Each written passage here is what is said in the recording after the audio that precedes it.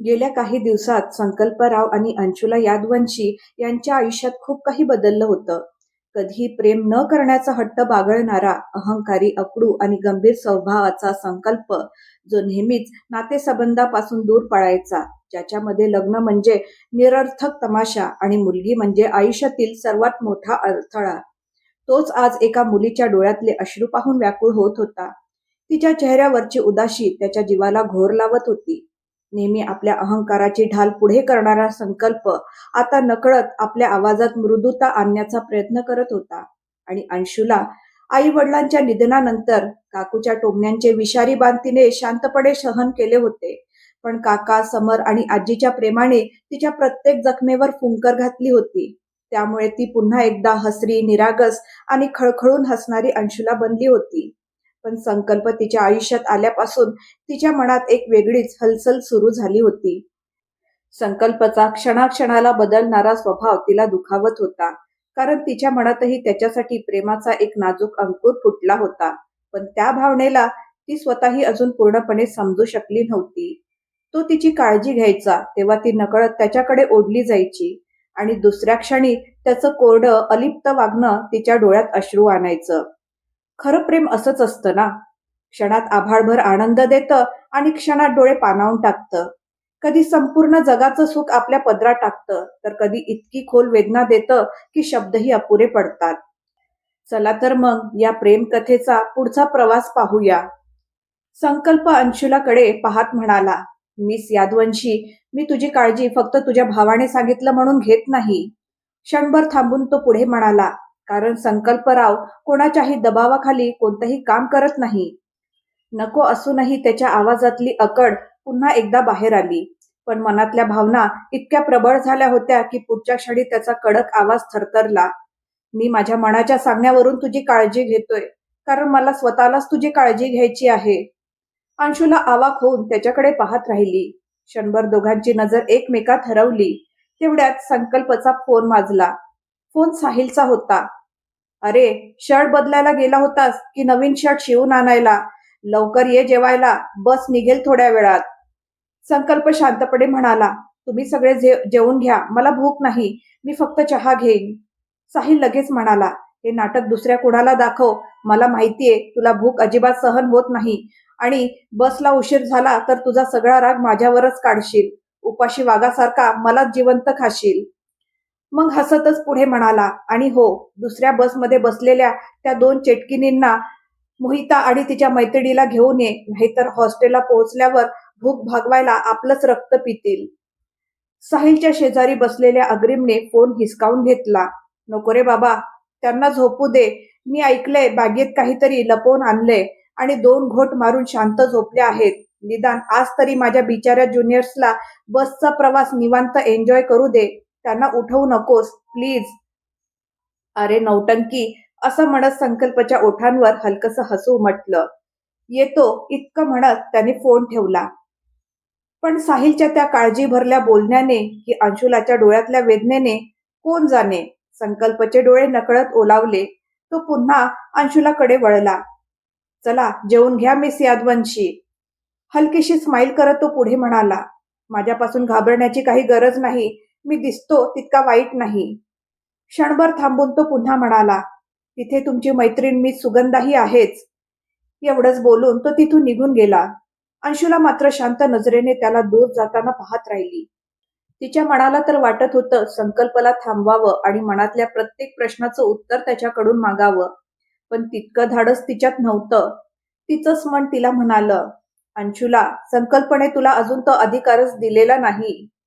डोळ्यात दाटलेले अश्रू आवरत ती जेवणाच्या टेबल जवळ येऊन बसली. तिला तिथे येताना पाहून संकल्पच्या मनाला थोडंसं समाधान मिळालं. त्याने तिला बसण्याचा इशारा केला. साहिल आणि सुगंधा घाईघाईने जेवण संपवू लागले. पण संकल्प समोर फक्त 1 कप चहा आणि काही बिस्किटं ठेवलेली होती. त्याने अजून कोणत्याच गोष्टीला हात लावला नव्हता. त्याचा मूड पाहून त्याला जेवायला सांगायची कुणाचीच हिंमत होत नव्हती. सगळे शांतपणे आपापलं जेवण करत होते. अंशुला मुकाट्याने येऊन बसली. तिला पाहून सुगंधा म्हणाली, लवकर काहीतरी ऑर्डर कर, बस निघायची वेळ झाली आहे. अंशुला शांतपणे म्हणाली, मी फक्त चहा घेईन, काही खायची इच्छा नाही. संकल्पने वेटरला बोलावून तिच्यासाठी चहाची ऑर्डर दिली. अंशुलाने एकदाही वर पाहून संकल्पकडे पाहिलं नाही. चहा येताच तिने कप उचलला आणि ओठांशी लावला. त्याच वेळी संकल्पनेही स्वतःचा चहाचा कप हातात घेतला. नकळत अंशुलाची नजर त्याच्याकडे गेली. संकल्प तिच्याकडेच एकटक पाहत असल्याचं तिला दिसलं. त्या क्षणी ती इतकी गोंधळली की नुकताच आलेला उकळता गरम चहा तिने एका मोठ्या घोटात पिऊन टाकला. अंशुला, काय करतेस तू? R you mad? संकल्प मोठ्याने ओरडला आणि क्षणार्धात तिच्या हातातून चहाचा कप झटकून खाली पाडला. गरम चहाने आपला परिणाम दाखवलाच. अंशुलाने मूठ घट्ट आवळली आणि जिभेची होणारी आग कशीबशी सहन करण्याचा प्रयत्न करू लागली. संकल्पचा असा अवतार पाहून सुगंधा आणि साहिल दोघंही स्तब्ध झाले. त्याच्या आवाजानेच अंशुला जणू भानावर आली. संकल्प रागाने तिच्याकडे पाहत तिच्या समोर उभा होता. अंशुलाने आजूबाजूला नजर फिरवली. बहुतेक सगळे विद्यार्थी जेवण करून बसमध्ये परत गेले होते. तिची जीभ भाजली होती आणि तिला प्रचंड आग होत होती. ती धावतच जाऊन पुन्हा एका कोपऱ्यात उभी राहिली. डोळ्यातून अश्रू वाहत होते आणि ती तीव्र जळजळ सहन करण्याचा प्रयत्न करत होती. गेल्या 3 वर्षात तिने आपल्या काकूचे असंख्य टोमणे, अपमान आणि मनाला होणाऱ्या वेदना सहन केल्या होत्या. पण आजचं हे दुखणं तिला असह्य होत होतं. कदाचित संकल्पचा राग, त्याचं कोरडं वागणं आता तिच्याच्याने सहन होत नव्हतं. तिच्या मनात एकच प्रश्न घुमत होता. मी त्याच्याकडून इतकी अपेक्षा का करत आहे? तो तर मला फक्त स्वतःची एक जबाबदारी मांडतो. तेवढ्यात तिला जाणवलं तिच्या अगदी मागे कुणीतरी उभं आहे. तिची अस्वस्थता आणखीन वाढली. संकल्पने थंड पण काळजीने भरलेल्या आवाजात म्हटलं, हे घे, खा. अंशुला घाबरत त्याच्याकडे पाहू लागली. आत्ताच काही वेळापूर्वी त्याने तिला रागात का होईना अंशुला म्हणून हाक मारली होती. ती मनातच विचार करू लागली, आता यांना माझ्याकडून अजून काय हवं आहे? संकल्पने स्वतःला सावरत शक्य तितक्या मृदू आवाजात म्हटलं, हे थंड पाणी पी आणि थोडंसं आईस्क्रीम खा, तुला बरं वाटेल. अंशुला रागाने म्हणाली, तुम्हाला माझं बोलणं समजत नाही का? सारखं सारखं का मला त्रास देता? मला माझ्या अवस्थेत राहू द्या. मी स्वतःची काळजी स्वतः घेऊ शकते. मला तुमची काहीच गरज नाही, अजिबात नाही. हे बोलता बोलता तिचा कंठ दाटून आला आणि ती हुंदके देत रडू लागली. आता मात्र संकल्पच्याही संयमाचा बांध फुटला. त्याने अंशुलाचा हात पकडून तिला स्वतःकडे वळवलं आणि म्हणाला, मी इतक्या वेळापासून तुला समजवण्याचा प्रयत्न करतोय, पण तुला माझं एक तरी बोलणं समजतंय का? इतक्या वेळापासून एकच गोष्ट म्हणत आहेस, तुला कुणाची गरज नाही, माझीही नाही. पण जर मला तुझी गरज असेल तर? एकदा तरी विचार केलास का? असंही कुणीतरी असू शकतं जो फक्त तुझाच विचार करत करत स्वतःला त्रास करून घेतोय. संकल्प रागाने तिच्याकडे पाहत हे सगळं बोलत होता. पण अंशुला मात्र त्याच्या आवाजात दडलेली वेदना ऐकत होती. ती फक्त त्याच्याकडेच पाहत राहिली. आता तिला त्याच्या शब्दाचा राग येत नव्हता. उलट त्याच्या डोळ्यात दिसणारी स्वतःसाठीची काळजी पाहून तिच्या हृदयाचे ठोके वेगाने धावू लागले. संकल्पने स्वतःचा राग कसा बसा आवरत तिच्या समोर थंड पाण्याचा ग्लास आणि आईस्क्रीमचा कप धरला. हे घे, तो म्हणाला.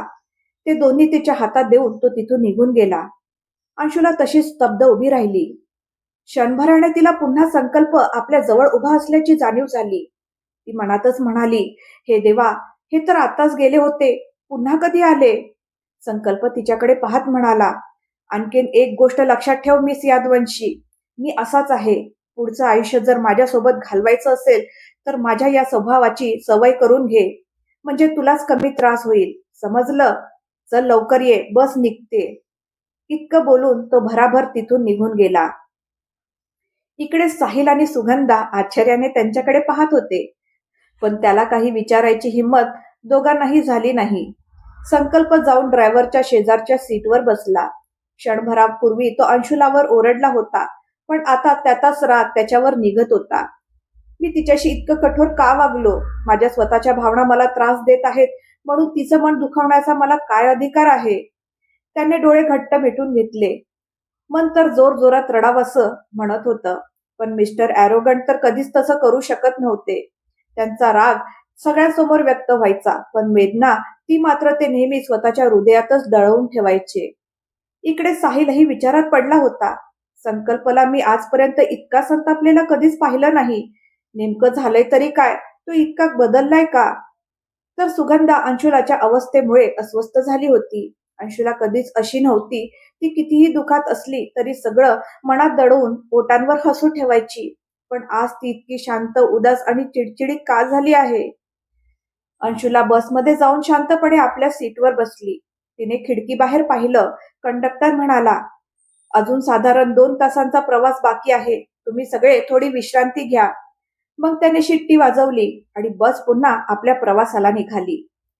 पोट भरलेलं, रात्र गडद होत चाललेली आणि बसचा हलका डोलवणारा प्रवास. अशा वेळी झोपेवर नियंत्रण ठेवणं सगळ्यांच्या हातात नसतं. थोड्याच वेळात सगळे गाढ झोपले. काही वेळापूर्वी ज्या बसमध्ये सिनियर्सचे विनोद, ज्युनियर्सची अंताक्षरी आणि गाण्यांचा गजबजाट होता, तिथे आता पूर्ण शांतता पसरली होती. साहिल आणि सुगंधाही एकमेकांकडे पाहत पाहत नकळत झोपी गेले. पण 2 जोडी डोळ्यांना अजूनही झोप येत नव्हती. झोप त्यांच्यापासून कोसो दूर होती. संकल्प सतत अंशुलाकडे पाहत होता, फक्त एवढ्याच आशेने की ती एकदा तरी त्याच्याकडे पाहिल. अंशुलाला त्याची जाणीव होती. शेवटी किती वेळ स्वतःला आवरणार. तिने हळूच नजर वर केली.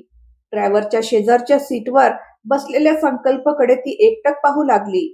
त्या क्षणी तिच्या डोळ्यात पुन्हा अश्रू दाटून आले. तिच्या ओलावलेल्या डोळ्यांकडे पाहताच संकल्पाला असं वाटलं जणू हजारो सुया एकाच वेळी त्याच्या हृदयात खुपसल्या गेल्यात. तो निशब्द अंशुलाकडेच पाहत राहिला. संकल्पची ती खोल नजर अंशुलाला अधिकच अस्वस्थ करत होती. ती उठून दुसऱ्या बाजूच्या रिकाम्या सीटवर जाऊन बसली. थोड्याच वेळात तिला जाणवलं संकल्प शांतपणे येऊन तिच्या शेजारी बसला होता. तो तिच्याकडे थोडं झुकला आणि हळू आवाजात म्हणाला, तू ठीक आहेस ना? अंशुला मनातच म्हणाली, हे देवा, काय वर निवडलाय तुम्ही माझ्यासाठी. आधी स्वतःच दुखवतात आणि मग विचारतात त्या दुखाचा जास्त त्रास तर झाला नाही ना?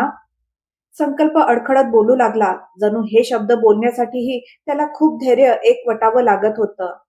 मिस यादवंशी, मला तुझ्याशी असं बोलायला नको होतं. खरं तर मला तसं बोलायचंही नव्हतं.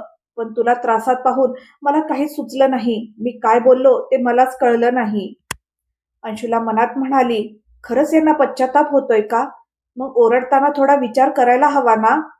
संकल्पने तिच्याकडे पाहत विचारलं, पण तुझं लक्ष कुठे होतं? इतका गरम चहा कसा काय पिलास तू? तो तिच्या डोळ्यात पाहत पुन्हा म्हणाला, तुला कोणी कधी सांगितलं नाही का की तुझे डोळे खूप सुंदर आहेत? झालं. राव संकल्प सिंग पुन्हा आपल्या मूळ फॉर्म मध्ये आले होते. मनात येईल ते सरळ बोलून टाकायचं. समोरच्याला काय वाटेल याचा अजिबात विचार नाही. अंशुला एकदम गोंधळली. ती काहीच बोलली नाही. मनात मात्र म्हणत होती, बघा, अकडू महाराज अगदी माझ्या जवळ येऊन बसलेत.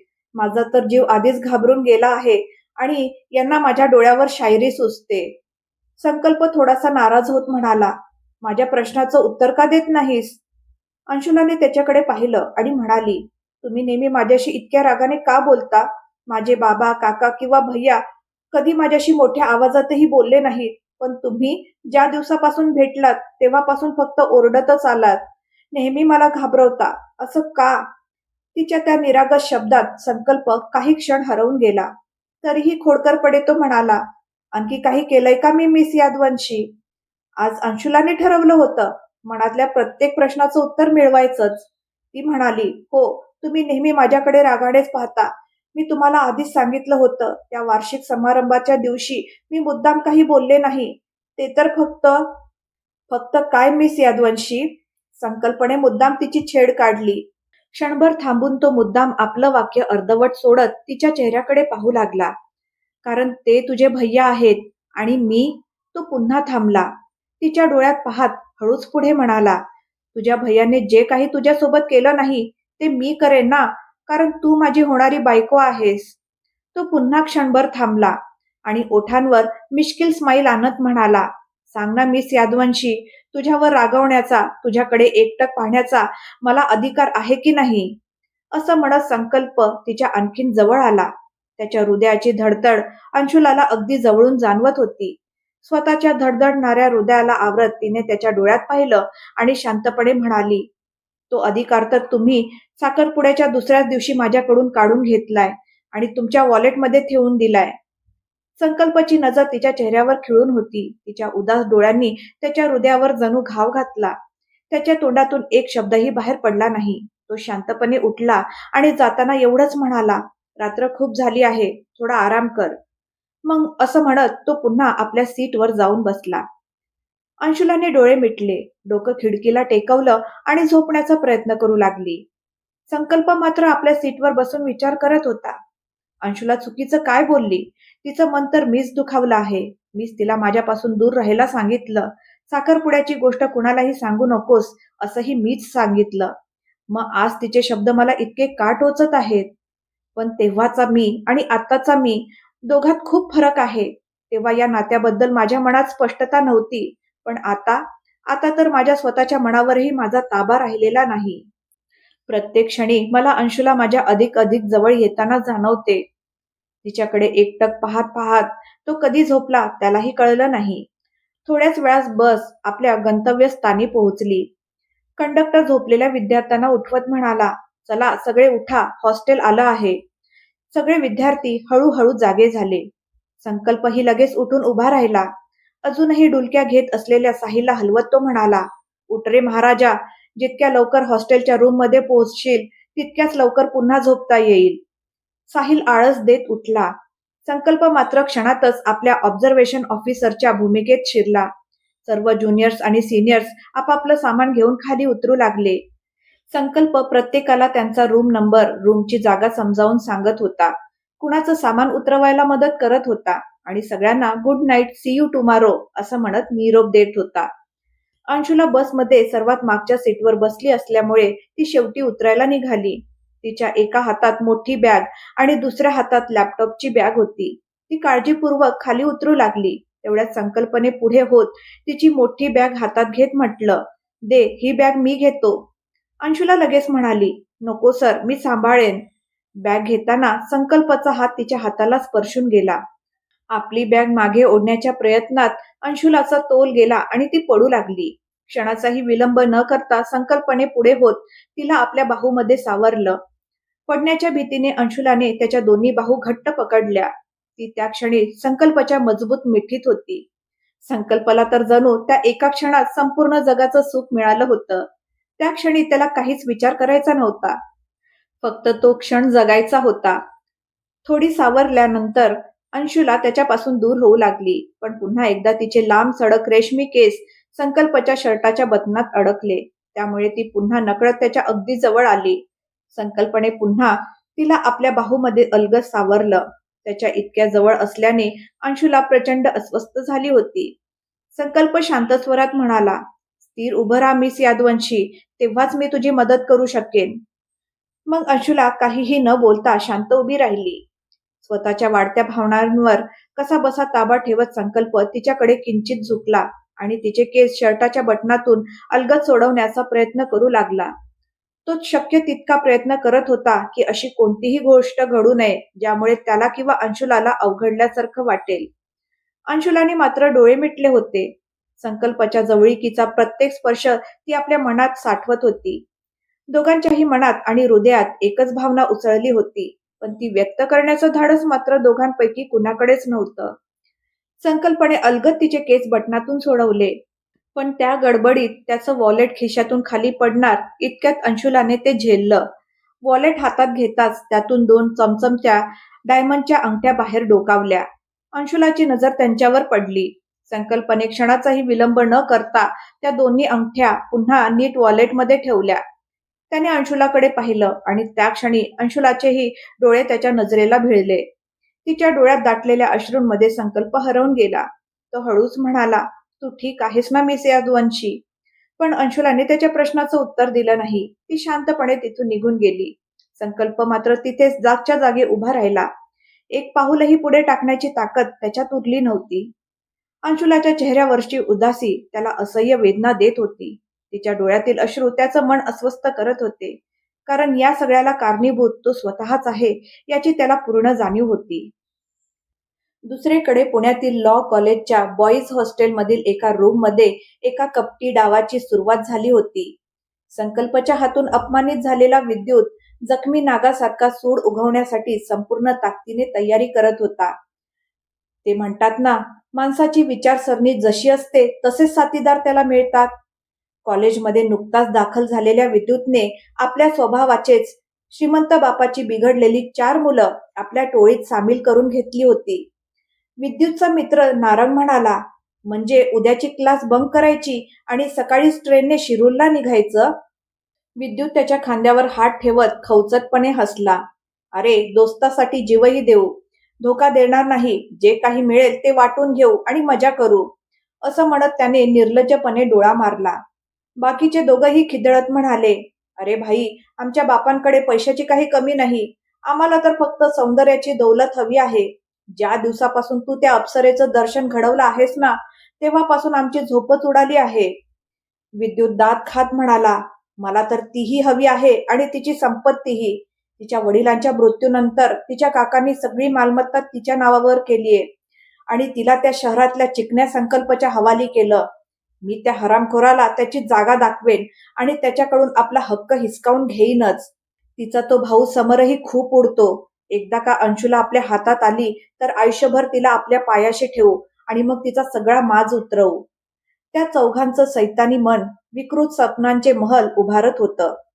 त्यांना याची कल्पनाही नव्हती. ज्या कुंदनाला स्पर्श करण्याचा ते नीच डाव आखत आहेत, त्या अमूल्य रत्नाला कुणीतरी आपल्या डोक्याचा मानाचा तुरा बनवून जपत आहे. आणि आता राव संकल्प सिंग आपल्या लाडक्या प्रिन्सेसचं रक्षण स्वतःच्या जीवापेक्षाही अधिक करणार होते, कारण आता तीच त्याच्या जगण्याचं कारण बनली होती. तर मित्रांनो, संकल्प अंशुलाच्या मनात दडलेलं प्रेम तिला जाणवून देऊ शकेल का? विद्युतची घाणेरडी चाल नेमकी काय आहे हे जाणून घेण्यासाठी पुढचा भाग नक्की पहा. ही कथा तुम्हाला कशी वाटली कमेंट करून मला नक्की सांगा. धन्यवाद.